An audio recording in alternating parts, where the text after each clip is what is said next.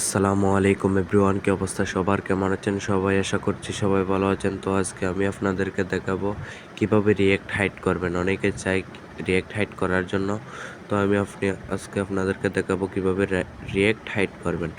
তো প্রথমত এদিক থেকে থ্রি ডটে চলে যাবেন আপনারা।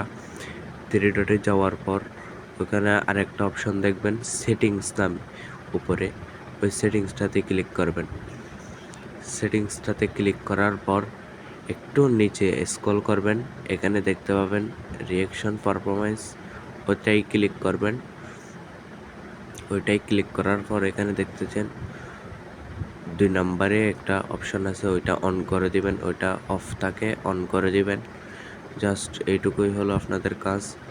তো এখন আমি আপনাদেরকে লাইভ প্রুফ দেখাবো কিভাবে হাইড হয়েছে, ওইটা দেখাবো আপনাদেরকে। দেখেন এখান থেকে আমার একটা পোস্টে আমি রিয়েক্টে চলে যাব। এইখানে দেখতে পাচ্ছেন অলের পাশে সবার ক্ষেত্রে মানে কয়টা রিয়েক্ট করছে ওইটা দেখা যায়, কিন্তু আমার এখানে দেখা যায় না।